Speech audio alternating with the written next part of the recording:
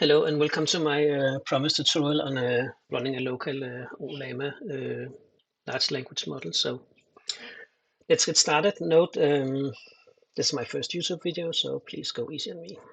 I'm on Windows, so we'll start by downloading the Windows version. Hopefully that won't take long. While you wait for that, let's look at the models. All these models you can download and run local, like the famous DeepSeek. And Meta's Llama model.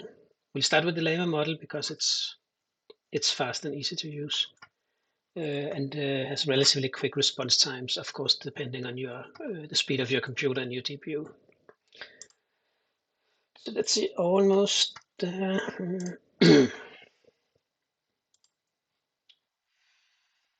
it's not quite there. Perfect. Let's install that.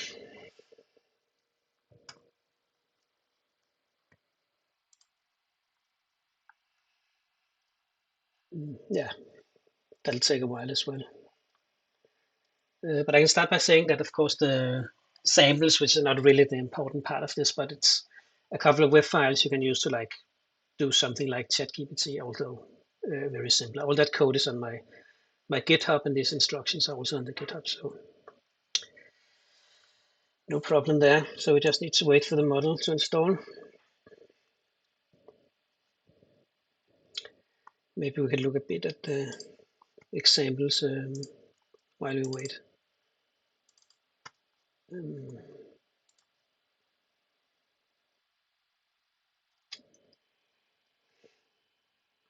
I'll just use Visual Studio Code for ease of use. Yeah, for the first step, that's pretty easy. We're going to use some style sheets. I also did a custom styling included here.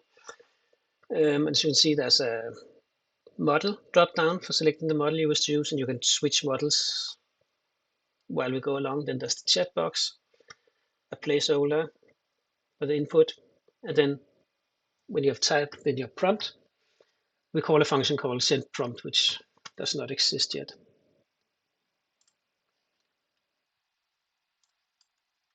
Let's see, seems like Ollama is installed. Let's quickly go to the console and check if that is true. Yes, Ollama is installed. That's great.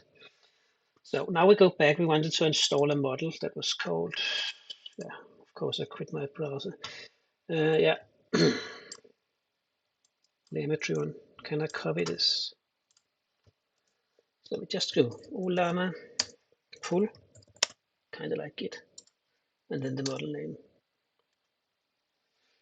And then you can see download the models. Some of the models are really large, but this is like 4.9 gigabytes. So with my incredible fast connection, that should be, yeah, done in no time. But while we wait, we check some of the other examples. As you can see, there's a bit more code here. I added, like, when we wait for the dump tree to load, which is like the content tree of the web page, we get the model, and you can see here from the local model, we can actually call this endpoint and get a list of models. And then we populate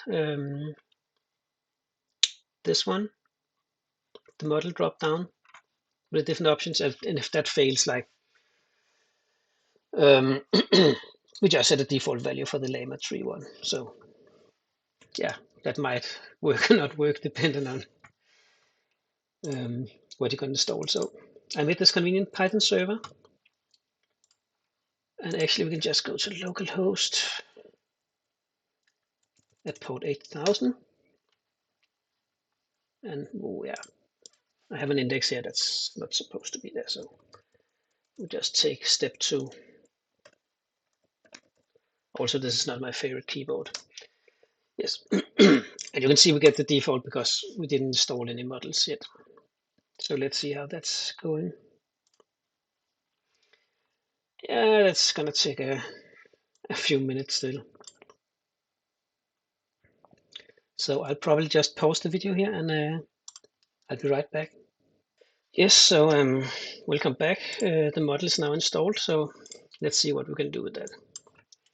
So if we just want to test it for OLEM, we just call like OLEM run, and then Llama 3.1.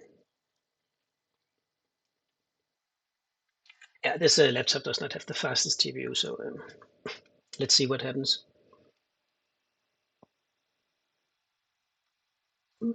Send me a message. Okay, I would like a C++ hello world example.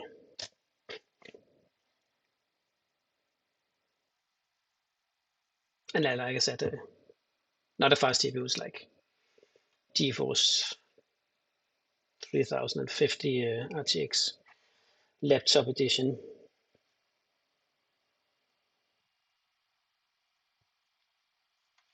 And you can see it returned a lot of stuff. Here's a simple hello world program. You can see it tags it so like later we can format the output, and then it explains each line how to compile and run. Yeah, on Linux apparently. And then like an example use case. So that's great, that's working.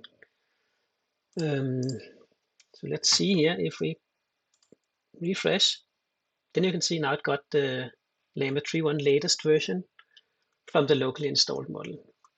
So that's great. So let's watch some of the other samples. Yeah, I can't really keep track of my open folders here, so please bear with me.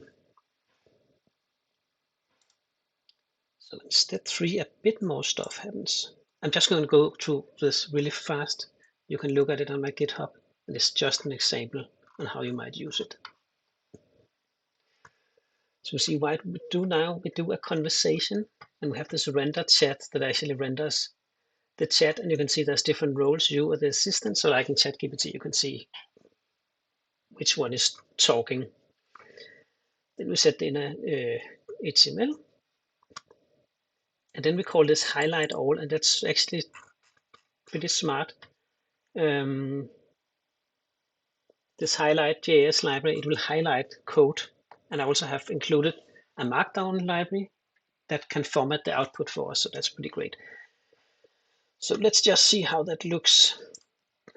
If I take like number 3, and now you can see an example like I've said, how are you? And the assistant said like, I'm an AI assistant, how can I help you today? So that's like the formatting for our conversation. And if we go quickly on to step 4, a bit more stuff happens because we actually implemented the send prompt. And what it does, it takes the entire conversation, because otherwise the chat bot will forget what we're talking about. That's like the context window that people talk about all the time, that when you talk to the model, it takes your entire conversation as well as the knowledge that it has already, and then your new prompt, and then it uses all that to predict the next possible answer. And you see we have a new chat endpoint, we call, where we add the conversation, and then we simply read the response and line by line and output it. So again, it's not a coding tutorial. You can check out the source on my GitHub. So if we go to 4 here, we're gonna do the same example. Give me a C++ hello world example. Great keyboard, I'm just gonna remove that. Although like the chat models, they're not that finicky. Even if you misspell it, they can usually figure out what you want. And now you can see actually how this formatting library works. It formats like the output, and it formats the code, so you can see the example. And you can see we use like an asynchronous way of calling it. So as the responses come back, we write them like ChatGPT instead of waiting for the entire response. You see we got a lot of information how to compile, like the GNU compiler. And that's always the exciting thing by using different models. They will give you different answers in different kinds of complexity. But let's demonstrate the context window. do input and output 2. And you see that almost responds instantly. That's the beauty of the Llama 3.1 model. It's pretty fast. There are developer-specific models such as Devstral, and that takes a bit longer to answer. Now you can see it gives us an example where we can enter our name and different numbers in the output, and then it explains how it works. And you will see everything is beautifully formatted. Code is detected and placed in the correct box. Because like I'm a programmer, so that's what my chatbot does. And you can see it remembers what we were talking about. Remember that we were doing like a C++ hello world example. And as a final piece, I included this step 5, and what it does is give me a story about ferrets.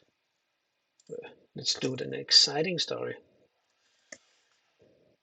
And you can see just say assistant is thinking before it starts working, because if it takes a lot of time, you know what happens. So we go on a high note with an exciting story about ferrets. So thank you for watching. In the next video, I'm going to show you how to run a local image model to generate images for your games or whatever. So until next time.